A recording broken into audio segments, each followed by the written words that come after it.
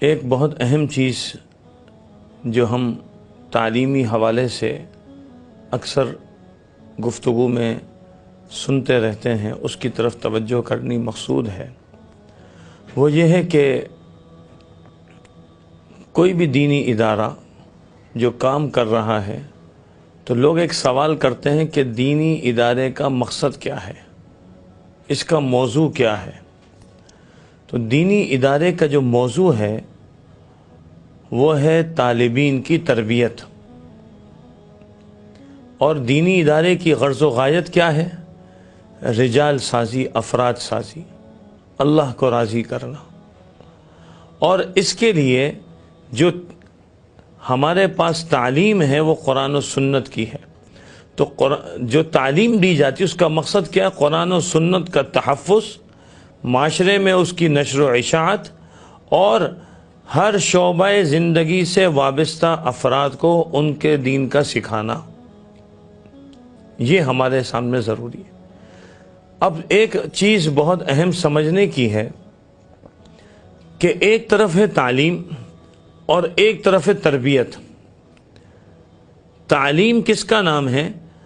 تعلیم کہتے ہیں کہ ظاہری الفاظ اور معانی کا سمجھ لینا، پڑھ لینا، اور تربیت کہتے ہیں کہ یہ جو الفاظ اور معانی پڑھے ہیں اس کا انسان کے دل کے اندر اتر جانا، عمل میں آ جانا۔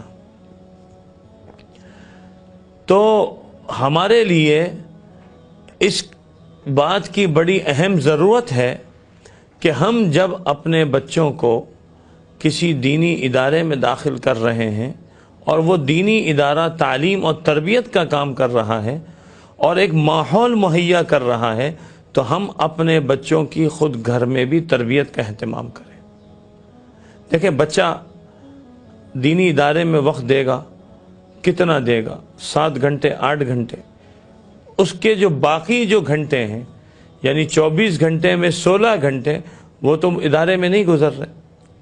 تو اب والدین کی بھی ذمہ داری ہے کہ یہ بچہ کہاں رہتا ہے اس پر نگاہ رکھیں، گھر میں وہ کیا کر رہا ہے اس پر دھیان ہو، اور پھر ساتھ ساتھ یہ بھی ضروری ہے کہ یہ جو بچہ ادارے سے سیکھ کر آ رہا ہے، اس کے سیکھنے کے بعد اس کی زندگی کے اندر اس کا نفوذ نظر آنا چاہیے۔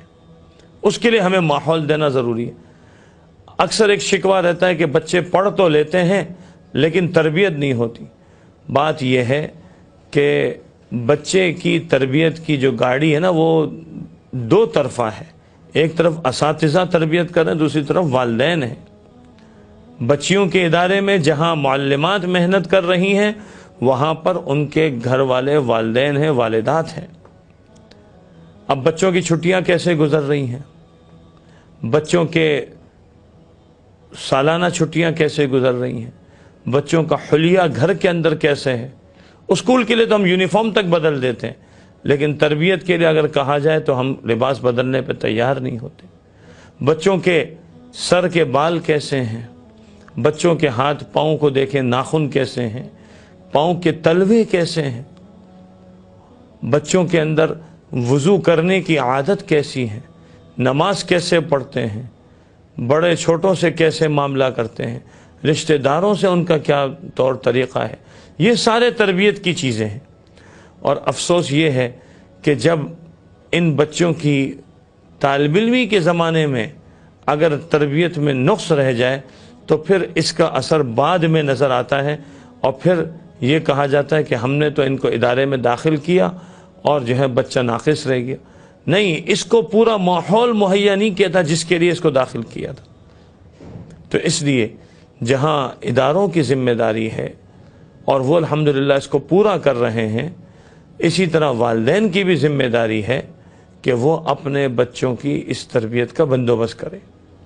تعلیم کے ساتھ ساتھ تربیت بہت ضروری ہے۔ ہم نے اپنے بڑوں سے یہ سنا کہ 100 میں سے 90% تربیت ہے، 10% علم ہے۔ آج ڈگریوں کے پیچھے، عہدوں کے پیچھے، منصب کے پیچھے دوڑ لگی ہوئی ہے، اور بچے تعلیم کے نام پر کیا کچھ کر رہے ہیں۔ لیکن ذرا غور کریں کہ ان کی کوئی تربیت ہے؟ تربیت نہیں ہے۔ اس کی وجہ سے ماحول اور معاشرے میں کمزوری نظر آ رہی ہے۔ وہ افراد تیار نہیں ہو رہے جو ہر طبقے کو ضرورت ہے۔ تو اس پر فکر کی ضرورت ہے، تربیت کی ضرورت ہے، اور یہ پیغام ہر مربی کے نام ہے، ہر معلم کے نام ہے، ہر مدرس کے نام ہے، اور خاص کر والدین کے نام ہے کہ وہ اپنی اولاد کو ایسی تربیت دیں، ان کو وقت دیں، ان کے ساتھ بیٹھیں، ان کی اخلاقی تربیت پر نگاہ رکھیں، تاکہ ادارے کے ساتھ ان کا تعاون ہو اور بچہ معاشرے میں مثبت اور تعمیری کردار ادا کر سکے۔